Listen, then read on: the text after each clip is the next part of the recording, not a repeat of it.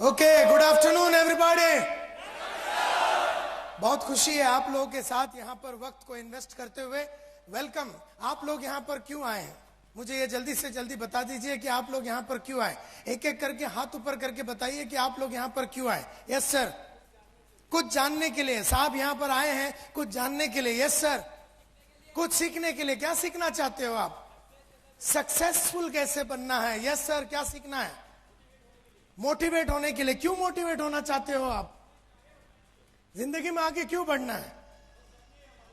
सपने हैं तो क्या हो गया, अभी तक तो जैसी जिंदगी चल रही है वैसे चलने तो क्या प्रॉब्लम है। ओके, तो यहां पर आए हैं सपनों को साकार करने के लिए। कोई मोटिवेट होने के लिए आया है तो कोई सीखने के लिए आए हैं। यहां पर से कोई क्यों आए हैं आप? Yes sir. पैसा कमाना। पैसा कमाने के लिए जेंटलमैन यहां पर आए हैं। Yes sir. आग लेने आए हैं।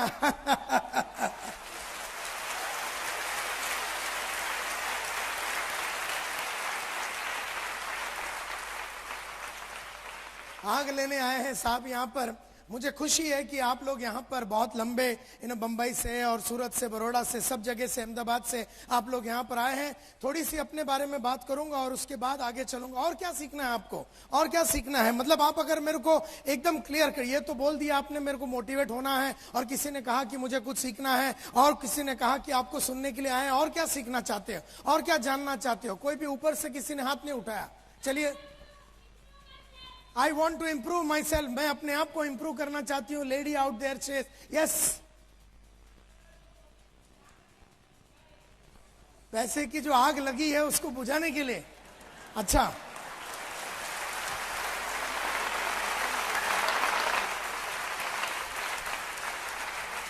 okay. Yes, somebody else. Yes sir.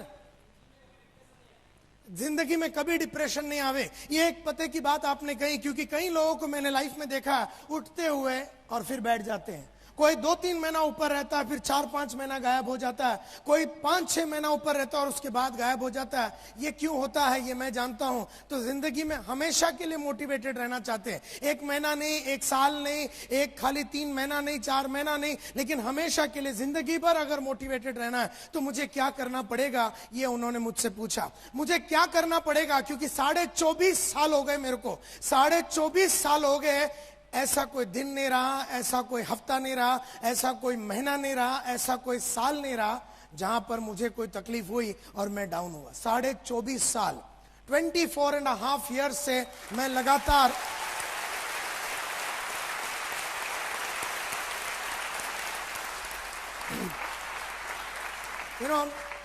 और बताइए क्या सीखना चाहते हैं? और बताइए क्या सीखना चाहते हैं? चलिए जल्दी जल्दी। सक्सेस। Yes sir.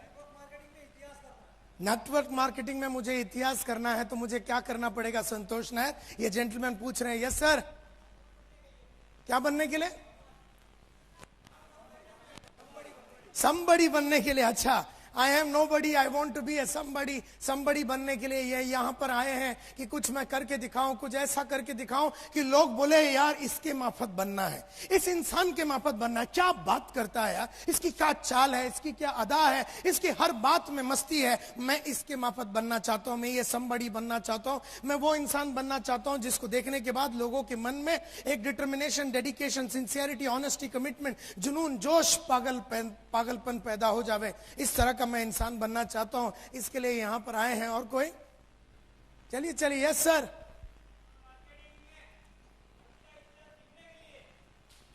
क्या बनने के लिए?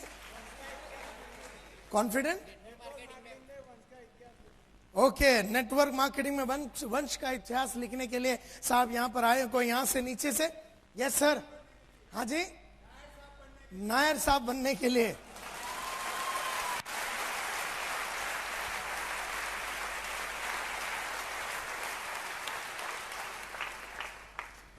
आज से कई साल पहले की बात है, 1983 की बात करता हूं। आज से 23-24 साल पहले SY BCom में पढ़ता था। SY BCom यानी कि 14वीं में पढ़ता था। उस जमाने में BCom पढ़ता था। एक जमाने में फादर ने उठ गया, सुबह सुबह फादर उठे, मेरे पिताजी उठे और उन्होंने कहा कि आगे से मैं तेरे को पढ़ा नहीं सकता हूं, आगे से मैं तेरे को पढ़ा नहीं सकता हूं। ये 83 की बात है जब मैं SY BCom में था। आगे से मैं तुझे पढ़ा नहीं सकता हूं, मेरे पास पैसे है नहीं। 18 महीने से भाड़ा नहीं भरा था हमने। 18 महीने से महाराष्ट्र हाउसिंग बोर्ड को हमने भाड़ा नहीं भरा था, तो घर खाली करने का नोटिस आ चुका था। बड़ी बहन की उम्र हो चुकी थी, शादी नहीं हो रहा था, पैसे नहीं थे। छोटी बहन की उम्र हो चुकी थी, शादी करने का था, पैसे नहीं थे। बंबई में जितने हमारे आजू बाजू में जितने किराने की दुकान है, जितने दूध वाले हैं, सबसे हमने उधार लिया था। और जब पिताजी ने कहा कि मैं तुझे आगे पढ़ा नहीं सकता हूँ, बड़ा दुख हुआ मेरे को। और मेरे सामने दो रास्ते थे, एक या तो मैं पढ़ाई को छोड़ दूं, या तो फिर मैं कुछ करूं और अपना पढ़ाई को कंप्लीट करूं। न जाने मेरे मन में ऐसा क्यों लगा कि मुझे कम से कम ग्रेजुएट बनना चाहिए। उसका फायदा क्या है मुझे आज तक नहीं समझ में आया, ये बात अलग है। लेकिन मैं बनना चाहता था एक ग्रेजुएट तो कम से कम। तो मैंने क्या किया, 1983 में मेरे दोस्त के साथ मैंने सुबह 1983 में जब ये बात हुई, एक दिन सुबह उठ के मैंने न्यूज़पेपर का धंधा चालू कर दिया।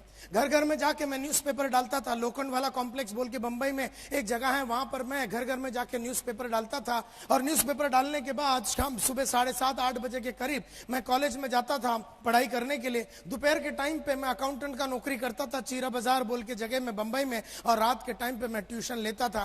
इस तरह से 600-700 रुपए कमा के जब मैं मेरे फादर के हाथ में, पिताजी के हाथ में देते थे, तो उनको ऐसा लगता था कि 6-7 करोड़ रुपए के बराबर है। और ये पैसा जब उनके आंखों में वो चमक देखता था, मुझे ऐसा लगता था इस दरिद्रता से, इस छोटी जिंदगी से, इस बहुत ही तकलीफ वाली जिंदगी से मुझे निकलना है। लेकिन मुझे नहीं मालूम था करना क्या है। जो भी मुझे आता था वो मैं कर रहा था। जिंदगी ऐसी बीत रही थी, जिंदगी को बिता रहा था, जी नहीं रहा था, जिंदगी को बिता रहा था इस तरह से। तो एक दिन रात चलते चलते 1985 में मिल गया मेरे को स्वामीनाथन अय्यर, जो मेरे साथ स्कूल में पढ़ता था। अय्यर ने मुझसे पूछा, संतोष तू करता क्या है? और अय्यर तब जॉन वायट इंडिया लिमिटेड बोल के फार्मास्यूटिकल कंपनी जो दवाई बनाती है, उस कंपनी में मेडिकल रिप्रेजेंटेटिव था। अय्यर ने मुझसे पूछा, संतोष तू करता क्या है? मैंने पूरी कहानी बता दी। मैंने कहा कि रोज सुबह न्यूज़पेपर डालता हूं, दोपहर को उसके बाद कॉलेज जाता हूं, उसके बाद अकाउंटेंट की नौकरी करता हूं, और रात को मैं ट्यूशन लेता हूं। तो अय्यर ने मेरे को ऊपर से नीचे तक देखा और बोला, यार संतोष तुझे याद है कुलकर्णी तुझे मालूम है? अपने गली का कुलकर्णी पिछले 32 साल से न्यूज़पेपर डाल रहा है। जिस पेड़ के नीचे से उसने अपने धंधे को चालू किया था, उसी पेड़ के नीचे आज भी वो बैठा है। अगर तू ये सोचता है कि घर घर में जाके न्यूज़पेपर डालने से अगर तू पैसे वाला बनेगा, ये तेरी सबसे बड़ी गलतफहमी होगी संतोष। खाली अगर 2 वक्त की रोटी चाहिए और जीना है सिर्फ पैसे भी करके, तो बात अलग है। न्यूज़पेपर ही नहीं, कोई भी धंधा कर सकते हो। लेकिन अगर जीवन में बहुत बड़ा आदमी बनना है तो न्यूज़पेपर से काम नहीं चलेगा। और तू बोलता है अकाउंटेंट का नौकरी कर रहा है, आज तुझे 400 रुपया दे रहा है वो सिंधी फाइनेंसर जिसके उधर तू काम कर रहा है। अगले साल 500 हो जाएगा, अगले साल 600 हो जाएगा, अगले साल 700। आज से 15 साल के बाद जब तेरी उम्र 35 की होगी, तेरे 3,500-4 हजार का पगार होगा। अब 35 बरस का उम्र का आदमी 3,500-4 हजार रुपया जब कमाएगा, वो अपने बीवी बच्चों को किस तरह की जिंदगी देगा, वो अपने माँ बाप के कौन से सपने पूरे करेगा, इसका तू अंदाज अभी का भी लगा सकता। तुझे 15 साल बिताने की जरूरत नहीं, मैंने तेरी कहानी अभी की अभी बता दी। 15 साल के बाद क्या होगा मैं तेरे को अभी बता दिया। बंबई की किसी गली में वही 3-4 हजार रुपया का तू अकाउंटेंट बन के रह जाएगा। और ये जो ट्यूशन लेता है, आज एक ट्यूशन के लिए 100 रुपए मिल रहा है, कल 200, 2 हो जाएगा, 3 हो जाएगा, 4 हो जाएगा। लेकिन एक बात पक्का है संतोष नायर, तू जिंदगी में बड़ा आदमी कब ना बन सकेगा, कभी ना बन सकेगा। तू कभी वो पैसे नहीं कमा सकेगा जिसकी वजह से तेरे फादर की ये जो उधारी है और तकलीफ है, इससे तू कभी अपने फैमिली को बाहर नहीं निकाल सकेगा। तेरे बाप ने उधार लिया, तू भी उधार लेगा। तेरे बाप तकलीफ में जिंदगी बिताया, तू भी निकालेगा वैसे ही जिंदगी। तेरे माँ बाप के सपने कभी पूरे नहीं होंगे। तू जिस औरत से शादी करेगा उसको तू कभी ताजमहल दिखा नहीं पाएगा। जो तेरे बच्चे होंगे वो कभी अमेरिका जाके या जापान जाके या सिंगापुर जाके ऐसी कोई अचीवमेंट नहीं कर पाएंगे। तू एक छोटी सी स्कूल में अपने बच्चों को भेजेगा, छोटी सी जिंदगी होगी, मुकेश के दर्द भरे गाने होंगे, और तेरी जिंदगी ऐसा किसी को मालूम किए बिना तो इस दुनिया से चला जाएगा। अगर ऐसे ही जाना है तो अभी क्यों नहीं चला जाता इस दुनिया से? 20, 25, 40 साल जीने के बाद क्यों जा रहा है? अभी आत्महत्या कर ले। जब अय्यर ने इस तरह से मुझसे पूछा तो मुझे ऐसा लगा यार आग लग गई मेरे अंदर। मैं बोला यार ये क्या लाइफ है? और मैंने देखा कि मेरे फादर ने किस तरह से लाइफ जिया, और उनके जो जितने कलीग्स थे, फ्रेंड्स थे, उनके भाई लोग थे, जिस तरह से उन्होंने लाइफ जिया, तो मेरे को पूरा 30-40 साल का मेरा कहानी सामने नंगा नजर आ गया। और तब मैंने डिसाइड किया, यस, कुछ करना तो पड़ेगा। और वो टाइम पे मैंने स्वामीनाथन अय्यर से पूछा कि अय्यर करना क्या पड़ेगा मुझे, अय्यर मुझे करना क्या पड़ेगा। अय्यर से मैंने जब पूछा कि मुझे करना क्या पड़ेगा, अय्यर ने मुझसे कहा कि जिंदगी बनानी है, नाम कमानी है, शौहरत कमानी है, इज्जत कमानी है, पैसे कमाने हैं, अपने एक एक सपने को पूरा अगर करना है तो एक ही प्रोफेशन है, एक ही धंधा है, एक ही प्रोफेशन है। उस प्रोफेशन में अगर तू चला गया तो तू नाम, इज्जत, शौहरत सब कुछ कमा सकेगा, और वो है profession, the profession of sales. Sales के प्रोफेशन में चला जा, बेचने की प्रोफेशन में चला जा, और अगर तू उस प्रोफेशन में अगर ईमानदारी के साथ वो सब किया जो करना चाहिए, तो तू जीवन में जो जो करना चाहता है, जितने भी तेरे सपने हैं, सब कुछ साकार हो जाएंगे। लेकिन मैंने आज से अय्यर से पूछा, लेकिन यार मुझे तो सेल्स के बारे में कुछ भी नहीं मालूम, मेरे को तो खाली debit what comes in, credit what goes out, debit expense and losses, credit incomes and profit, जो हमने अकाउंटेंसी में सीखा था, जो बीकॉम में सीखा था, वो आता है, लेकिन मुझे तो सेल्स के बारे में कुछ नहीं मालूम। उसने मुझसे कहा, अमिताभ ने एक्टिंग के पहले एक्टिंग कभी की नहीं थी, आशा भोसले ने गाने के पहले कभी गाया नहीं था, जाकिर हुसैन ने तबला बजाने के पहले कभी बजाया नहीं था, और तू भी सेल्समैन बनने के पहले सेल्स में था नहीं।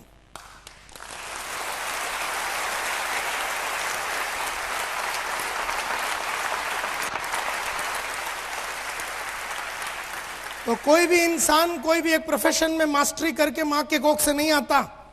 तो मिस्टर नायर, तेरे अगर मन में आग है, तेरे जीवन में कुछ कर दिखाने की भावना है, तो एक प्रोफेशन चुन, और यही है प्रोफेशन जिसमें तुझे नाम, इज्जत, शौहरत, ये प्रोफेशन में तुझे 5-6 रुपए अगर महीने के चाहिए तो 5 मिलेंगे, अगर 25,000 महीने के चाहिए तो 25 मिलेंगे, अगर 50 चाहिए तो 50 मिलेंगे, अगर तुझे लाख रुपया चाहिए तो लाख रुपया मिलेगा, 2 लाख चाहिए तो 2 लाख। तू बोल तेरे को कितना चाहिए, तेरे चाहतों के हिसाब से, तेरे चाहतों के हिसाब से तुझे पैसा मिलेगा, तेरे जरूरतों के हिसाब से नहीं, तेरे चाहतों के हिसाब से तुझे पैसे मिलेंगे। वो है सेल्स का ये लाइन। मैं बड़ा खुश हो गया, लग गया मेरे में आग, कुछ कर दिखाने की भावना, बहुत ही इंस्पायर्ड हो गया मैं, और मैंने डिसाइड कर दिया आज से 24 साल पहले कि मैं बनूंगा सेल्समैन। तब मुझे ये नहीं मालूम था कि मैं इस मकाम तक पहुंचूंगा। मैं बन गया सेल्समैन, ऐसा मैं बन जाऊंगा सेल्समैन, मैंने सोचा। और मैंने बहुत सारे इश्तिहार देखे न्यूज़पेपर में, सब में मैंने लिखा, लेकिन कहीं से मुझे कोई कॉल नहीं आया। तब एक दिन बैठा हुआ था सितंबर में, तो बहुत बड़ा एड मैंने देखा, want to make it big in life, बड़ा आदमी बनना चाहते हो, पैसा कमाना चाहते हो, 6 महीने में बाइक खरीदना चाहते हो, come to Eureka Forbes. Eureka Forbes सुना आपने? यूरेका फोर्ब्स क्या करती है, क्या बेचती है? वैक्यूम क्लीनर, वैक्यूम साफ सफाई की जो मशीन होती है, इलेक्ट्रिक की साफ सफाई की जो वैक्यूम क्लीनर होती है वो, और एक्वागार्ड वाटर प्यूरिफायर जो होता है, वाटर प्यूरिफायर बेचती है। और ये कंपनी के बारे में तो मैंने कभी सुना नहीं था, तो बढ़िया सा उन्होंने ऐड दिया हुआ था कि come for walk in interview. तो मैं सुबह सुबह चला गया केवल राज सालियन के पास, मेरे दोस्त के पास। मैं बोला, केवल मुझे वर्ली तक जाना, जेब में 1 8 आना नहीं यार, तू 5 रुपए दे दे उधार। 5 रुपए उसने मेरे को दिया, और मैं जा रहा था, उसने बोला मुझसे, केवल राज सालियन ने कहा कि तू वर्ली जा रहा ना, मुझे भी वर्ली में काम है, तो हम साथ में चलेंगे। तो हम साथ में चले गए। बस में उसने अपना सर्टिफिकेट्स मेरे हाथ में दे दिया था, क्योंकि उसके कुछ सर्टिफिकेट्स थे, उसने मेरे बैग में डाल दिया था। और जब मैं उतरा जहां पर मुझे जानी थी, वो सर्टिफिकेट उसको देने के लिए रह गया, भूल गया मैं, और वो भी लेने से भूल गया। खैर कोई बात नहीं। जैसे मैं ऊपर चढ़ रहा था बिल्डिंग में, तो मुझे याद आया उसकी सर्टिफिकेट। तभी तो कोई मोबाइल तो होता नहीं था, और उस टाइम पे तो मैंने कहा कि चलो शाम को उसको मिलूंगा, तब मैं उसको दे दूंगा। ये सोच के मैं ऊपर चला गया। मैं ऊपर जाके 4थे माले पे जब मैं पहुंचा और मैंने दरवाजा खोला, तो मेरे को एक सेमी हार्ट अटैक आ गया। मैंने देखा कि 300-400 आदमी लोग एकदम टाई भी लगा के, कोई कोट में मस्त ब्रीफकेस, कोई परफ्यूम मार के एकदम चकाचक, कोई अंग्रेजी में बोलते हुए लोगों को जब मैंने देखा, तो मैं समझ गया एक चीज, कि यहां पर मेरा कुछ नहीं होगा। घबरा गया, मैं घबरा गया उन सब लोगों को देख के, और मैंने ये सोच लिया कि यहां पर मेरा कुछ नहीं होगा। मैंने दरवाजा छोड़ दिया, दरवाजा आपे आप बंद हो गया। मैं नीचे आ रहा था, 2nd फ्लोर पे पहुंचा, तो केवल राज सालियन ऊपर आ रहा था। बोले, कहां जा रहा है? मतलब मैं तो जा रहा हूं घर। मुझे नहीं लगता कि इधर तो सब एकदम एक से एक तुर्रम खान की औलाद लोग खड़े हुए हैं, मुझे नहीं लगता कि मेरा यहां पर कुछ होगा। उसने कहा, एक काम कर, आज सुबह का एक 5 रुपया जो तूने लिया था वो मिला के सब मिला के 135 होता है। पुराने जितने उधार लिए थे सब मिला के 135 होता है। पूरा पैसे अभी दे दे, नहीं तो ऊपर जा।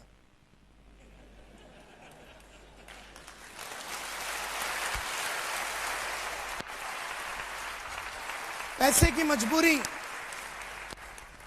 पैसे नहीं थे, पैसे की मजबूरी की वजह से मुझे यूरेका फोर्ब्स में जाना पड़ा और वहां पर जाके 9:30 बजे मैंने बैठ गया। 3:30 बजे 6 घंटे रुकने के बाद मेरा इंटरव्यू का नंबर आया। तो सेल्स में सबसे पहला लेसन मैंने सीखा कि जिंदगी में अगर आगे बढ़ना और सेल्स में आगे बढ़ना है तो you have to have a lot of patience, बहुत पेशेंस। 6 घंटा चुपचाप मैं कॉर्नर में बैठा था कि मेरा इंटरव्यू अभी आएगा। 3:30 बजे जब इंटरव्यू आया, 6-6.5 फीट का एक मल्होत्रा साहब बोल के आदमी ने मेरा इंटरव्यू लिया। अंग्रेजी में उन्होंने बहुत सारे क्वेश्चन पूछे। मल्होत्रा साहब डॉन बॉस्को कॉन्वेंट एजुकेटेड आदमी था। संतोष नायर बर्फी वाला स्कूल में जाता था जहां पर हम हिंदी में बात करते थे ज्यादातर, और मैं जिस कॉलेज में गया था वहां पर हम मराठी में बात करते थे। मल्होत्रा साहब ने जब अंग्रेजी में बहुत सारे क्वेश्चन, कॉन्वेंट एजुकेटेड मल्होत्रा साहब ने बहुत सारे अंग्रेजी में क्वेश्चन पूछे तो नायर जवाब ना दे सका। मल्होत्रा साहब 3 चीज करते हैं। आदमी अच्छा लगा तो सिलेक्ट, डाल दो इसको ट्रेनिंग में, सिलेक्ट। अगर आदमी ठीक ठाक लगा, रिजर्व, इसको रिजर्व में रखो, बाद में रिजर्व पुलिस होता ना, जरूरत पड़ने पे ले लेंगे। वैसे पुलिस घूमती रहती है, जो रिजर्व पुलिस होता है उसको जो एकदम लफड़ा हो जाता तो फिर उसको बुला लेते हैं। तो रिजर्व में डाल दो, जब भी हमारे पास कोई कुत्ता होगा नहीं तो इसको उठा लेंगे। और तीसरा मल्होत्रा साहब करते थे, आदमी उनको ठीक ही नहीं लगा तो उसको रिजेक्ट, और मेरे को तीसरा कैटेगरी में डाल दिया, मुझे रिजेक्ट कर दिया। Because I did not look like a salesman.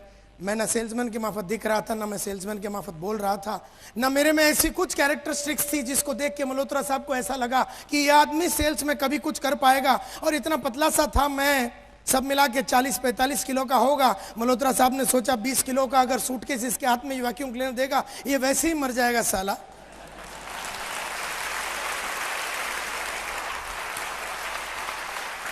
Malhotra साहब ने रिजेक्ट कर दिया तो उन्होंने कुछ बताया नहीं। उन्होंने ये बताया 15 दिन में बताएंगे। ये तो मुझे आज मालूम पड़ता है 15 दिन में बताने का मतलब है कि रिजेक्ट हो गया। तो मैंने बोला यस सर, 15 डेज में आप बताइए, कोई प्रॉब्लम है नहीं। मैं घर गया, बड़ी खुशी से अपने माँ को पूरे डिटेल में समझा दिया कि मैं आज इंटरव्यू देने गया था। मैंने पूछा कौन सी कंपनी में, यूरेका फोर्ब्स। बोले वो कौन सी कंपनी? मैंने भी पहले सुना नहीं था। बोले तुझे करना क्या? बोला मेरे बोला कि घर घर में जाना पड़ेगा। घर घर में जाना पड़ेगा, एक घर में जाना पड़ेगा। और घर में जाके क्या करने का? मतलब घर में जाके वैक्यूम क्लीनर बेचना पड़ेगा। 18 किलो का सूटकेस है, वो सूटकेस लेके एक घर में जाना पड़ेगा, उसका डेमोन्स्ट्रेशन। बोले ये वैक्यूम क्लीनर क्या चीज होती है? मतलब वो तो मुझे भी नहीं मालूम। उन्होंने बताया कि कुछ साफ सफाई की मशीन है, ये घर में जाना है और जाके बेचना है। तू घर जाएगा? तू ये 18 किलो का सूटकेस लेके घर जाएगा? मेरी माँ इतनी घबरा गई कि केस पहुंच गया के.एस. नायर के दरबार में। अब के.एस. नायर मेरा बापू है, और दुनिया का जितने भी बड़े टेररिस्ट होते हैं, अगर दुनिया का नंबर 1 टेररिस्ट कोई एक आदमी है तो मेरा बाप दूसरा नंबर में आता है। इसका मतलब यह है कि इतना खतरनाक उसका बिहेवियर है कि हमारे खानदान में उसके 1 किलोमीटर के रेडियस में कोई कुत्ता जाता नहीं।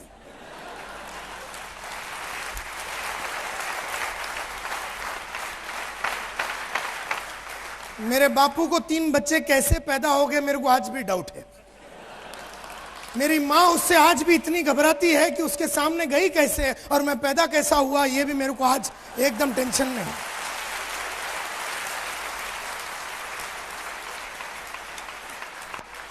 इतना खतरनाक आदमी जो मतलब खड़ा नहीं करता किसी को।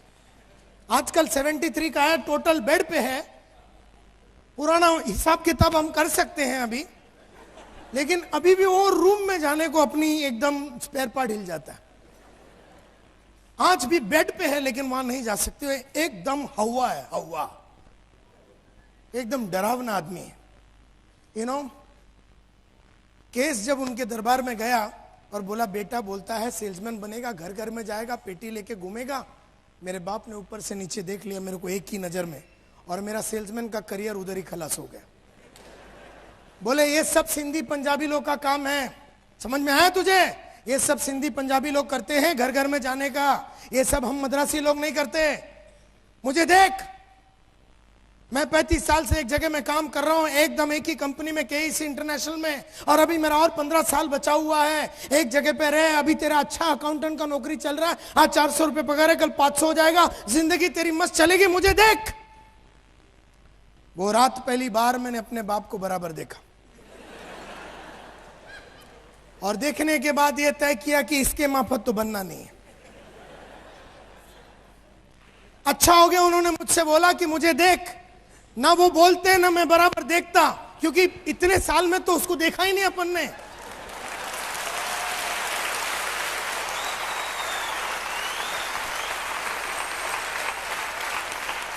वो रात देखने के बाद तय हो गई बात कि इसके माफत तो बनना नहीं है। इसने तो कुछ भी नहीं किया ऐसा जिसको देख के हम उसके माफत बने। तो ये बात तय हो गई कि फादर के माफत बनना नहीं है।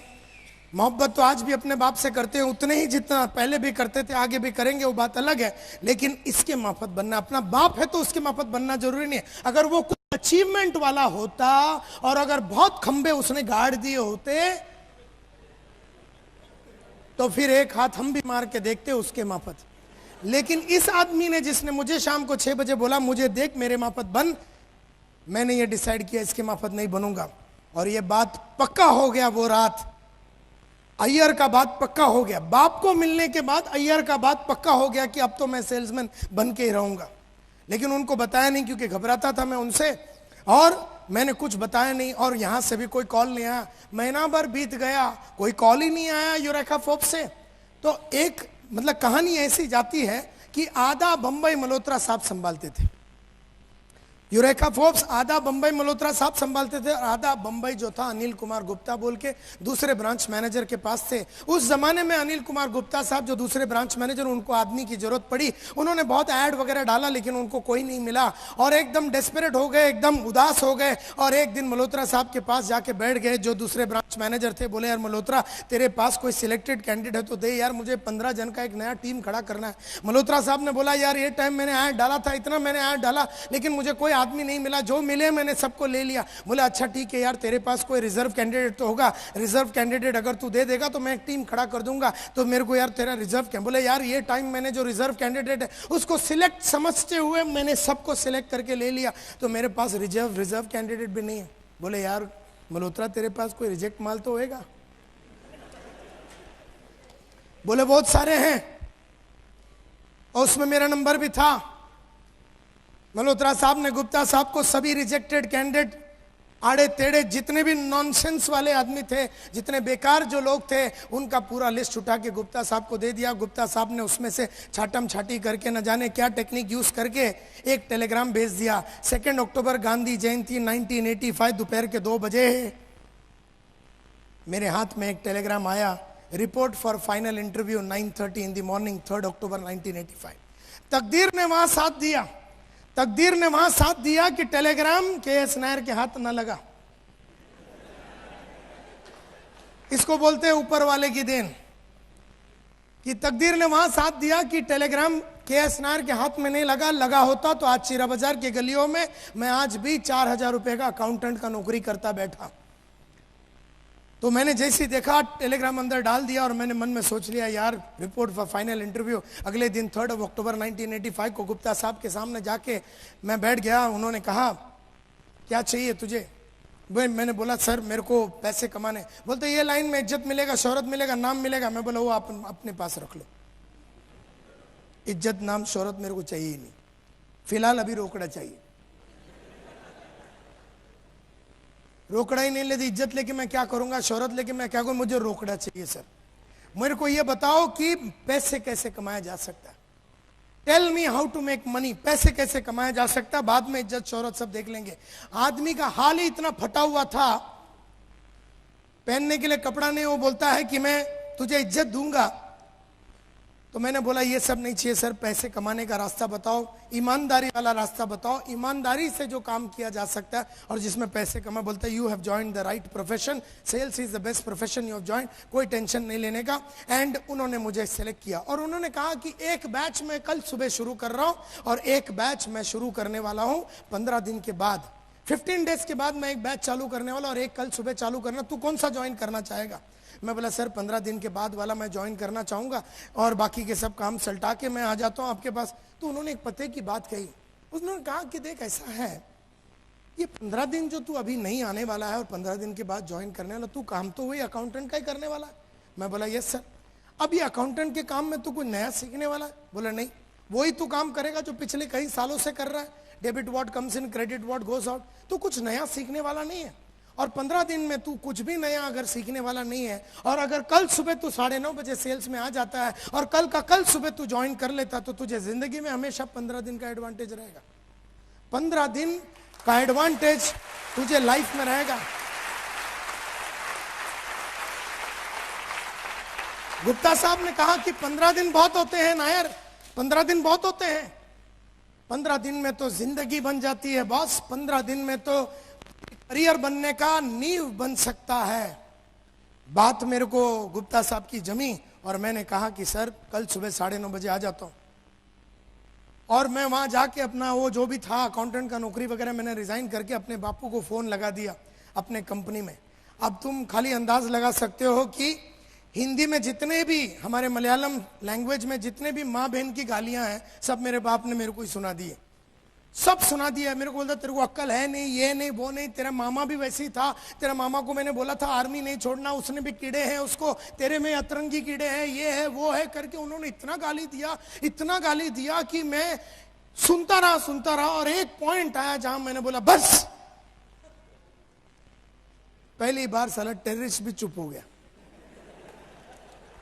मैं बोला देखो वो जो 600 रुपये मैं आपको दे रहा हूं, और अगर मैं आपका बेटा हूं और हर महीने अगर 30 तारीख बोल के एक दिन होगा, हर महीना 30 तारीख बोल के अगर एक दिन होगा, और अगर मैं जिंदा हूं और बंबई शहर के अंदर हूं, तो 600 रुपये जो मैं आजकल आपको देता हूं वो तो आपको मिलेंगे। भले मैं आपके साथ रहूं या भले मैं आपके साथ ना रहूं, लेकिन 600 रुपये आपको मिलेंगे। मुझे मत रोकिए अभी। 20 साल में पहली बार 40 सेकंड मेरे को हिम्मत आई,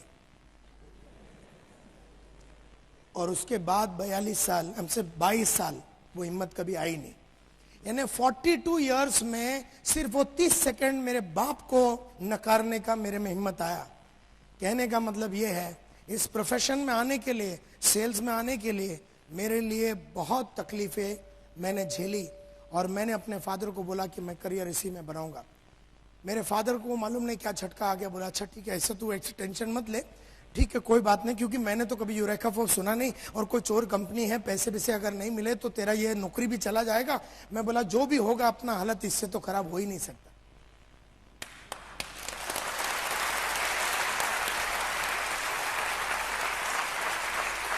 अपनी हालत इतनी फटी हुई थी, इससे ज्यादा फटने का सवाल ही नहीं उठता, इससे नीचे जाने का सवाल ही नहीं उठता कि 18 महीना भाड़ा नहीं दिया तो 19 महीना नहीं दिया तो कौन सी बड़ी बात हो गई, है कि नहीं। महाराष्ट्र हाउसिंग बोर्ड एक और नोटिस भेज देगा, उसमें कोई फर्क नहीं पड़ता, क्योंकि अभी तो भाड़ा दिया ही नहीं है। अगर 4 किराने वाले से उधार ले लिया तो 5 से लिया और थोड़ा बदनाम हो गया, वैसे भी बदनामी है। तो बात मेरे को समझ में आ गई कि मुझे इससे निकलना है। एंड देयरफॉर ऑन 4 अक्टूबर 1985, आज से 22.5 साल पहले मैंने यूरेका फोर्स बोल के कंपनी को ज्वाइन कर लिया as a full time sales representative. 5 दिन का ट्रेनिंग हुआ हमारा, और उस 5 दिन के ट्रेनिंग में बहुत सारी बातें गुप्ता साहब ने सिखाई, और वो सब बातें सिखाने के बाद हमारे को बोल दिया अब तुम लोग जाओ फील्ड में। 11 अक्टूबर 1985 4:30 बजे दोपहर को मनोज गुप्ता साहब ने 18 किलो का सूटकेस हाथ में पकड़ा दिया, बोला जा। मैं बोला किधर जाऊं? बोले टेरिटरी में। तो हर सेल्समैन का एक टेरिटरी होता है, एक जगह होता है जहां पर उसको काम करना होता है। तो मुझे भी टेरिटरी दे दिया गया। मेरे को बोला तेरा टेरिटरी है ग्रैंड रोड ईस्ट। मैं बोला सर वो बंबई का रेड लाइट एरिया है। बोलते उधर बहुत पोटेंशियल है। मैं बोला उधर ग्रैंड रोड ईस्ट में? बोले हाँ तेरा टेरिटरी वो है। खैर कोई बात नहीं, हाथ में 18 किलो का सूटकेस, मन में बहुत सारे सपने और विश्वास लेके 11 अक्टूबर 1985 को जो मैं उतरा फील्ड पे 4:30 बजे, तब से लेके आज तक मैंने जिंदगी में मुड़ के कभी देखा नहीं। 20 दिन बचे हुए थे उस महीने के लिए, 20 days were left। उस 20 दिन में काम करना था, और उस जमाने में 3,500 सेल्समैन होते थे यूरेका फोर्ब्स में ऑल ओवर इंडिया, और ये वैक्यूम क्लीनर बेचते थे ये लोग, और महीने का जो एवरेज था वो था 4 से 5 वैक्यूम क्लीनर। 4 से 5 वैक्यूम क्लीनर ये 3,500 लोग बेचते थे, and that was the average. और अगर आपने 8 या 9 बेच दिया तो आपका ब्रांच मैनेजर इतना खुश होता था कि आपको लंच पे या डिनर पे लेके जाता और अपने को एक छोटा सा गिफ्ट वगैरह लेके देता था, बिकॉज अपना ब्रांच मैनेजर खुशी से पागल हो जाता था, बोले 8 बेचा है किसी लड़के ने। और अगर आपने 12 से 13 बेचा या उससे ऊपर बेचा, जो कि कोई बेचता ही नहीं था एक महीने में, हमारा कंपनी का मैनेजिंग डायरेक्टर अखिल मार्फतिया अपना 2000 रोवर गाड़ी में आते थे। 2000 स्टैंडर्ड रोवर गाड़ी में, बड़ा गाड़ी होता था, उसमें आते थे और तुम्हें लेके जाएगा ज्वेल ऑफ इंडिया, जो सामने का एकदम बढ़िया सा रेस्टोरेंट था, वहां लेके जाके आपको खाना पीना सब खिलाता था। और आप बोलो वो बदन पे, जो भी बदन के पोर्शन पे आपको चुम्मा चाहिए वो लगा देता था। अगर आप बोलो इधर चुम्मा लगा दो सर, तो वो तैयार हो जाता था। वो पागल हो जाता था इतना कि 12-13 किसने बेच दिया। तो मतलब मार्फतिया साहब इतने पागल होते थे कि बोला 12-13 बेच दिया यार, फैंटास्टिक। और ये था रिकॉर्ड। तो ये बड़े बड़े तुर्रम खान लोगों को हमको मिलाते थे, जैसे हम लोग भी वो लीडर लोग के सामने बैठे, बोले ये इतना 12 बेचता है, ये 8 बेचता है, ये देखो पिछले 2 महीने से 12 बेच रहा है, ये 8 बेच रहा है पिछले 4 महीने से, ये किंग है, ये डिंग है, ये वो है, ये तोप है, ये फटाकड़ी है, ये AK-47 है, ये लक्ष्मी बॉम्ब है। और हम साले सब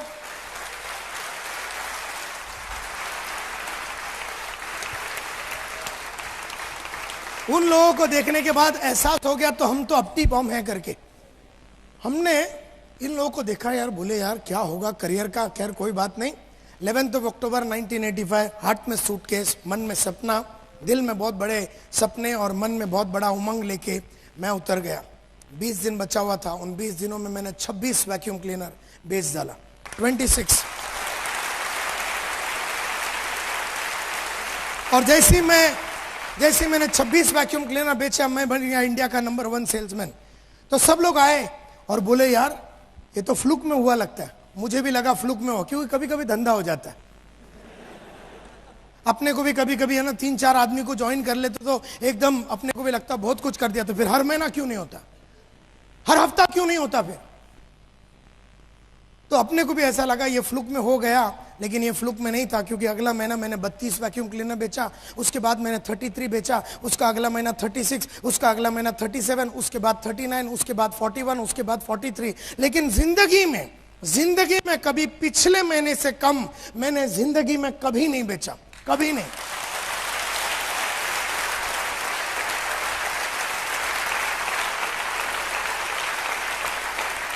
और ये फिलॉसफी रहा लाइफ का कि मैंने जिंदगी में जितने पैसे लास्ट महीने में कमाया उतना मैं कभी नहीं कमाता हूं।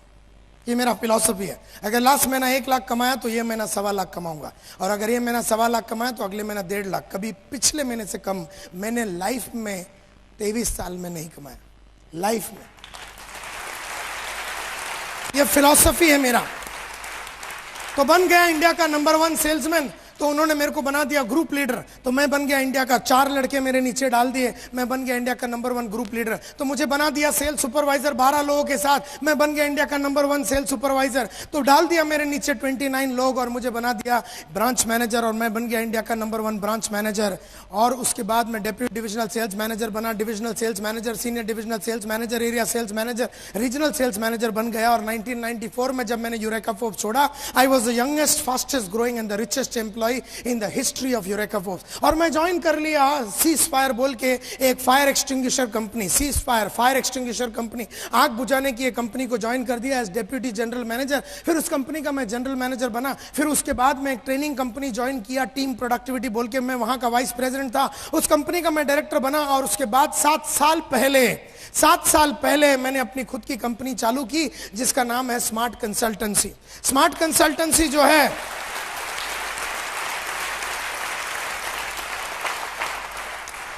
स्मार्ट कंसल्टेंसी जो है पिछले 7 साल से कॉर्पोरेट ट्रेनिंग में है। एशियन पेंट्स को हम लोग ट्रेन करते हैं, ब्लो प्लस को हम लोग ट्रेन करते हैं और आईसीआईसी को हम लोग ट्रेन करते हैं। और दुनिया की जितने भी बड़ी कंपनियां हैं, Coca Cola, Procter and Gamble, आप बोल लो, जो भी आपके मन में कंपनी का नाम आवे, जो भी कंपनी का नाम आवे, उस कंपनी का या तो एमडी को या सीईओ को या वाइस प्रेसिडेंट को या रीजनल मैनेजर को या ब्रांच मैनेजर को या उन कंपनी का फ्रंट लाइन के लोगों को मैंने कहीं ना कहीं, कभी ना कभी, कहां ना कहां मैंने बात किया होगा और ट्रेन किया होगा। करीबन 200 टॉप कंपनियां इंडिया के, टॉप कंपनियां इंडिया के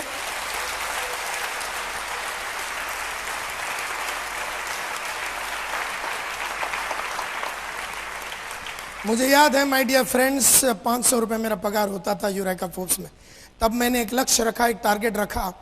तब मैंने एक लक्ष्य रखा, टारगेट रखा कि अभी से 5,000 रुपया कमाऊंगा। भागा भागा भागा और मैंने 5,000 रुपया महीने का कमाने चालू कर दिया। जब मैंने 5,000 रुपया कमाता था, मैंने बोला अब रुकना नहीं है नायर, तुझे 5,000 पे, अब तुझे 25,000 रुपया कमाना। अगला टारगेट रखा, अगला लक्ष्य रखा, अगला पर्पस बनाया, पर्पस, लक्ष्य, टारगेट रखा कि मैं 25,000 रुपया महीने का कमाऊंगा और भागा मैंने 25। जैसे ही मैं 25,000 रुपया कमाने को चालू कर दिया, मैंने अगला टारगेट रखा 50,000 रुपये का। जैसे मैंने 50,000 रुपये महीने का कमाने चालू किया, अगला टारगेट रखा 1 लाख, फिर मैंने 2 लाख, 3 लाख, 4 लाख, 5 लाख, फिर मैं 5 लाख रुपए महीने का कमाता था। मैं बोर हो गया।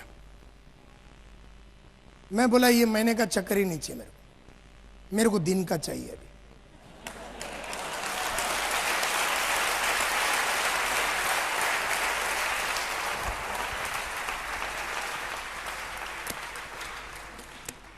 तब मुझे याद है पहला बार मैंने दिन का टारगेट रखा कि दिन में 3,000 कमाऊंगा। जब मैं 3,000 रुपया कमाया, थोड़े दिन मैंने कमाया, बोला नायर रुकना नहीं, क्योंकि रुका हुआ पानी और ठहरा हुआ इंसान दोनों सड़ जाता है।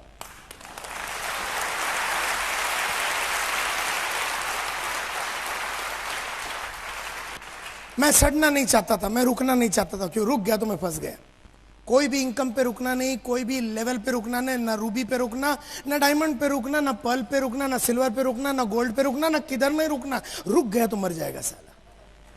तो मैंने ये डिसाइड किया कि अब मैं रुकूंगा नहीं।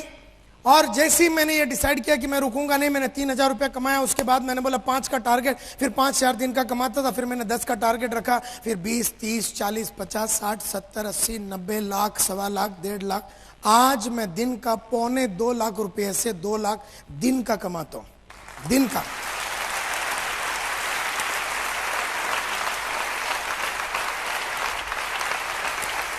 और अगर आप मेरा ट्रेनिंग कैलेंडर, मेरा ब्रीफकेस खोल के मेरा ट्रेनिंग कैलेंडर देखेंगे, हर दिन बुक्ड हूं, हर दिन बुक्ड हूं। आने वाला 5 महीने में एक दिन मिलेगा नहीं आपको, अगर आपको मेरा ट्रेनिंग चाहिए। पूरा 5 महीना बुक्ड है और सबका पैसा एडवांस में ले लिया है।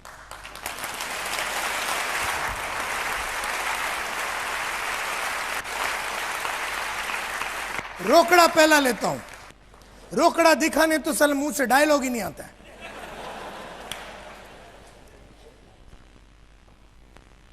लेकिन आजकल मैं बड़ा दुखी हूं,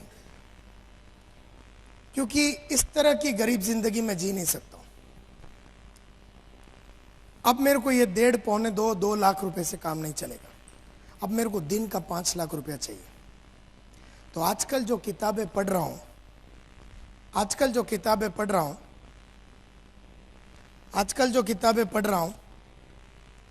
वो मुझे 5 लाख तक लेके जाएगी। आजकल जो किताबें पढ़ रहा हूं वो मुझे 5 लाख पे लेके जाएगी। आजकल जो किताबें पढ़ रहा हूं वो मुझे 5 लाख पे लेके जाएगी। आजकल जो किताबें पढ़ रहा हूं वो मुझे 5 लाख पे लेके जाएगी। आजकल जो किताबें पढ़ रहा हूं वो मुझे 5 लाख पे लेके जाएगी।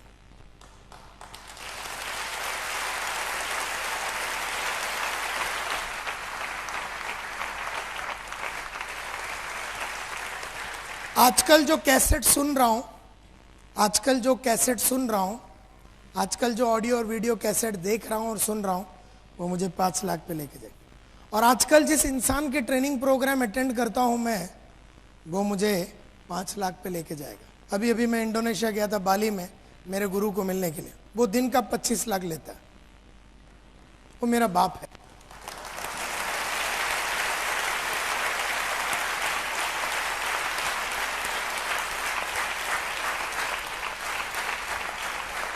नाम है इसका रॉजर हैमिल्टन। वो जिसके पास जाता है वो दिन का 1 करोड़ लेता है। तो प्लीज अंडरस्टैंड, मैं उन लोगों के संगत में हूं जो मुझे 25 लाख दिन का कमा के दे सकते। मैं आजकल वो बुक पढ़ रहा हूं जो मुझे 25 लाख दिन का कमा के दे सकती। आजकल मैं वो वीडियो देख रहा हूं जो मुझे दिन का वो पैसा ला के दे सकते। तो प्लीज अंडरस्टैंड, ये जितने भी टाइम पैसे ऊपर गए, ये ऊपर गया। ये बाहर से तो अच्छा हुआ ही हुआ, लेकिन ये ऊपर गया। Please understand, knowledge is power. खाली मोटिवेशनल पेप टॉक से काम नहीं चलता। आदमी के अंदर नॉलेज होना चाहिए।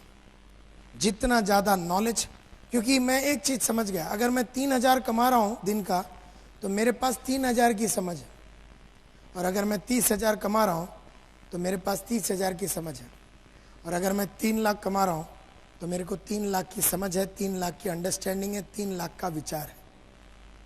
प्लीज अंडरस्टैंड, जब भी आपको अगला लेवल पे जाना है, पढ़ाई को बढ़ाओ। ऐसे इंसानों के संगत में रहो जो आपको वो अगले लेवल पे लेके जा सकता है। ऐसे ऑडियोज और वीडियो, बाहर अगर आप जाएंगे तो 70 वीडियो है मेरे, 70। हर वीडियो में आपको जीवन में कैसे आगे बढ़ना है इसके बारे में पूरा डिटेल दिया हुआ है। मुझे याद है my dear friends, railway station पे 2 रुपए का पेन मिलता था, शार्प का। तो 2 रुपए का पेन रखता था। जब मैं 2 रुपए का पेन रखता था, मैंने कहा अब मैं 2 रुपए का पेन नहीं रखूंगा क्योंकि इस पे रुकना नहीं है। तो 40 रुपए का विल्सन का पेन आता था, तो मैंने वो पेन रखने चालू किए। 40 रुपए का पेन रखता था, मैं बोला नायर साहब इस पे रुकना नहीं, क्योंकि रुका हुआ पानी और ठहरा हुआ इंसान दोनों सड़ जाता है। तो वहां से मैं 100 रुपए के अगला फ्लेयर का पेन आता है उस पर चला गया। जब मैं 100 रुपए का पेन रखता था, तब मैं अगला टारगेट रखा कि मैं 300 रुपए का पेन रखूंगा, 300-400 रुपए का शेफर का पेन रखता था। और शेफर का पेन रखता तो फिर मैंने 1000 रुपए का क्रॉस पेन रखा, सिल्वर क्रॉस पेन। फिर मैंने 2000 रुपए की गोल्ड क्रॉस पेन रखने चालू किया। इस तरह से अगर ये जो पेन है मेरा, ये 8,261 रुपए का है।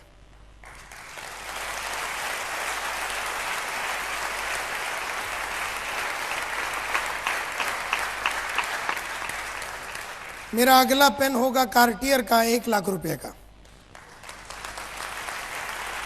मुझे याद है मैं कावासाकी बजाज 2 व्हीलर चलाता था सेकेंड हैंड।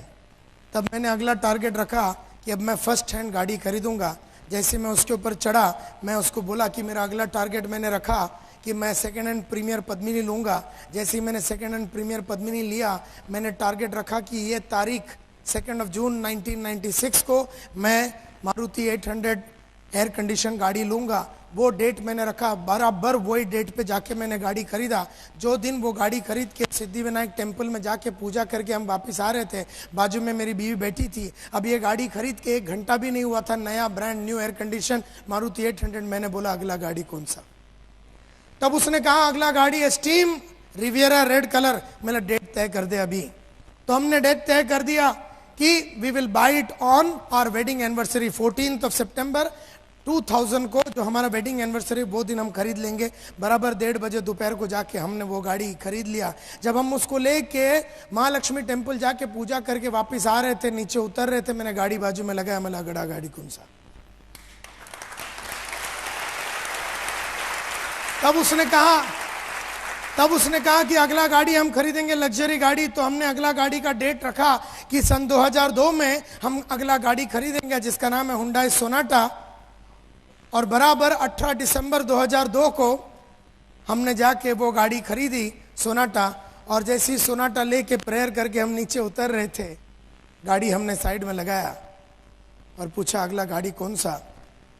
और अगला गाड़ी है मेरा मर्सिडीज बेंज 29 सितंबर 2007 3 बजे दोपहर को मैं खरीदूंगा। 80 लाख का गाड़ी है, 80 लाख रुपए का।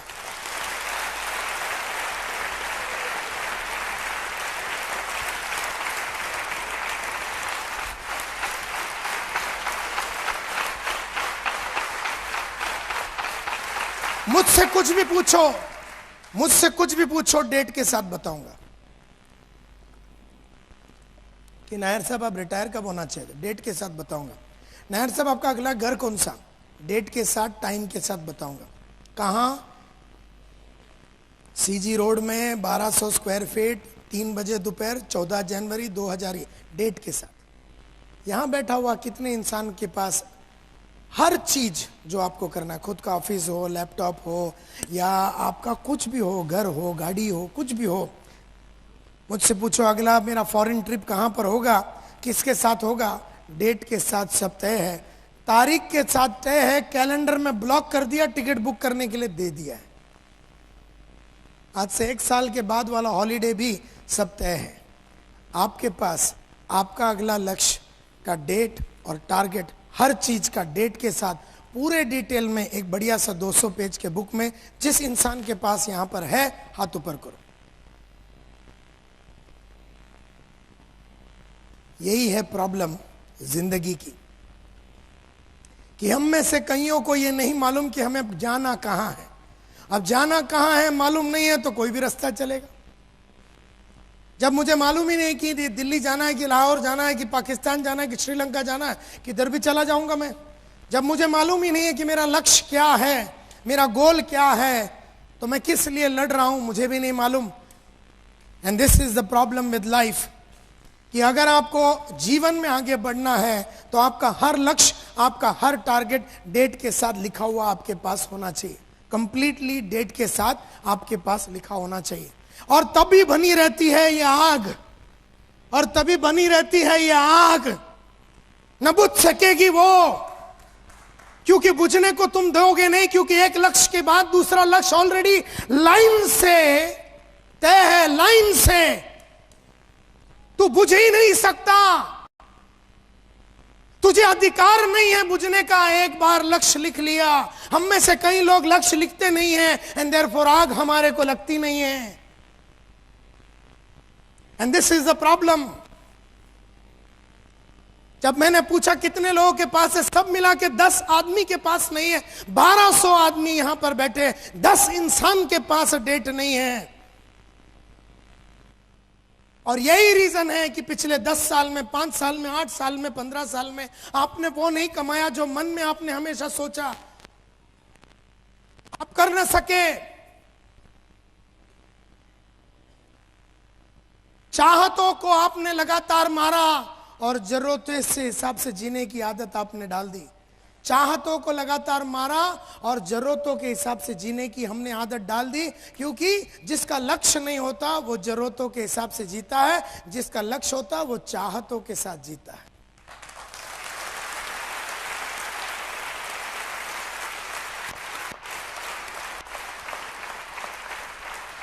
तो मेरी बेटी अगर आके मेरे को बोले, मेरी 3 बेटियां हैं, अगर मेरी बेटी आके बोले कि पप्पा मुझे 20 लाख रुपया चाहिए, सिंगापुर में जाके इंजीनियरिंग करना है, मैं 20 लाख दूंगा।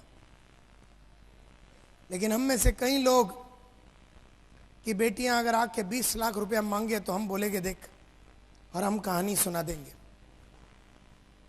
और यही कहानी मेरे फादर ने मेरे को अपनी पढ़ाई के बारे में सुनाई थी। और मैं हिस्ट्री को दोहराना नहीं चाहता, मैं अपना बाप बनना नहीं चाहता। अगर मैं बाप हूं मेरी बेटियों का, और अगर हस्बैंड हूं मैं मेरी बीवी का, और अगर बेटा हूं के.एस. नायर का और इंदिरा एस. नायर का, सपने जिसके भी हो मैं पूरा करूंगा।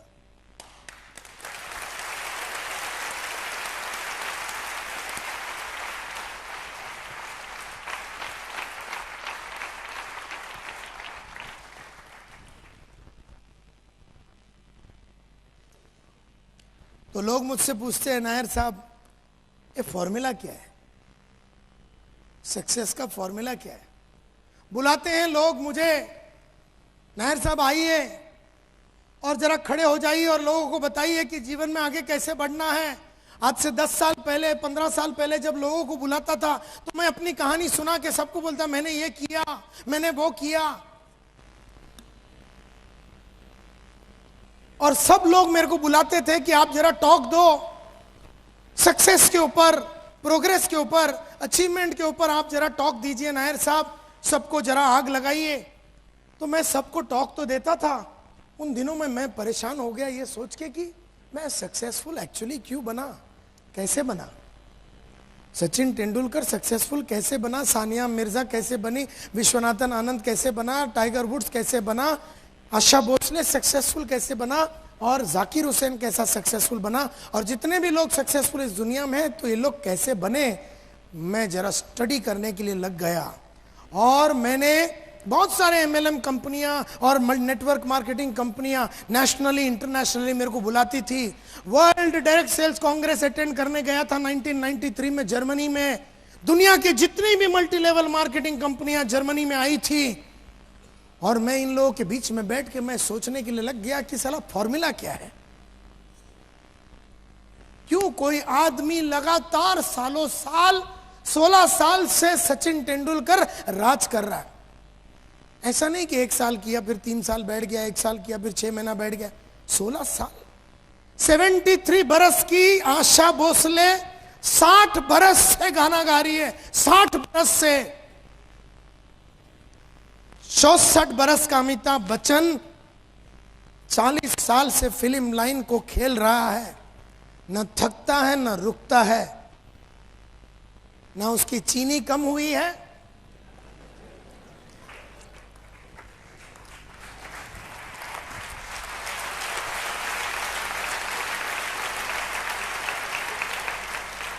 तो मैं बड़ा परेशान हो गया। मैं बोला यार मैं तो खुद सक्सेसफुल हूं और दुनिया का बहुत सारे आदमी सक्सेसफुल है, लेकिन फॉर्मूला क्या है, करते क्या है ये सक्सेसफुल लोग। क्यों अगर 100 करोड़ का पॉपुलेशन है इस कंट्री में, तो क्यों सिर्फ 1.5 लाख लोग ही है बहुत अल्ट्रा अमीर इस देश में।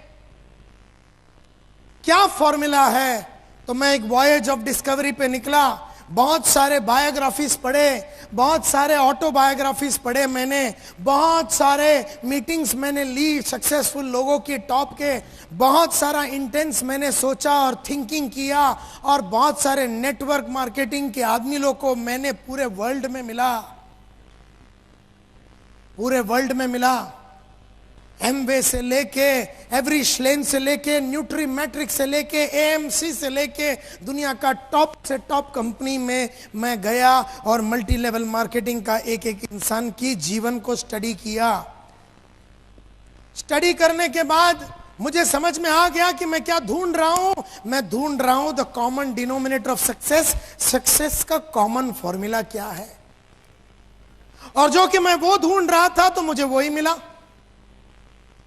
मैं ढूंढ रहा था ये कि सक्सेस का फॉर्मूला क्या है। नजरें जो आपकी ढूंढती हैं और मन जो आपका सोचता है, वहां तक आपकी आंखें आपको पहुंचाई देती है। तो मुझे समझ में आ गया फॉर्मूला क्या है सक्सेस का। तब मुझे समझ में आ गया कि सक्सेस एवरीबॉडी वांट्स इट, सबको चाहिए, यस और नो, सबको चाहिए। किसी को भी पूछो, अहमदाबाद के गली में जाओ, सूरत के गली में जाओ, ऐसा कोई आइटम नहीं मिलेगा आपको जो बोलता मेरे को होना ही नहीं है। सबको चाहिए। यहां बैठा हुआ 1200 को चाहिए, तो फिर मिलती क्यों नहीं सबको? सबको क्यों नहीं मिलती? क्यों नहीं बन सकते हम डायमंड? क्यों नहीं बन सकते हम रूबी, एमरल्ड या जो भी है? क्यों सब लोग नहीं कमा सकते 3 से 4, 5 लाख रुपए महीने का? सबको चाहिए सक्सेस, ये मेरे को समझ में आया। तो मुझे लगा हार्डवर्क, हाँ सक्सेस का फॉर्मूला हार्डवर्क होगा, हाँ फॉर्मूला हार्डवर्क होगा। तो मैं बड़ा खुश हो गया, लेकिन मेरी खुशी 3 मिनट की थी, क्योंकि अगर सक्सेस का फॉर्मूला हार्डवर्क है तो मेरे बाजू में एक रिक्शा वाला रहता है, पिछले 27 साल से रिक्शा चलाता हूं। सुबह जाता है, बहुत लेट रात को आता, बहुत मेहनत करता है, लेकिन उसने कुछ नहीं कमाया। और मैं ऐसे हजारों इंसानों को जानता हूं जो सुबह से लेकर रात तक बहुत मेहनत करते हैं लेकिन पैसा नहीं बनाया। तो मेरे को फॉर्मूला समझ में आ गया कि हार्डवर्क का सक्सेस से कोई कनेक्शन ही नहीं।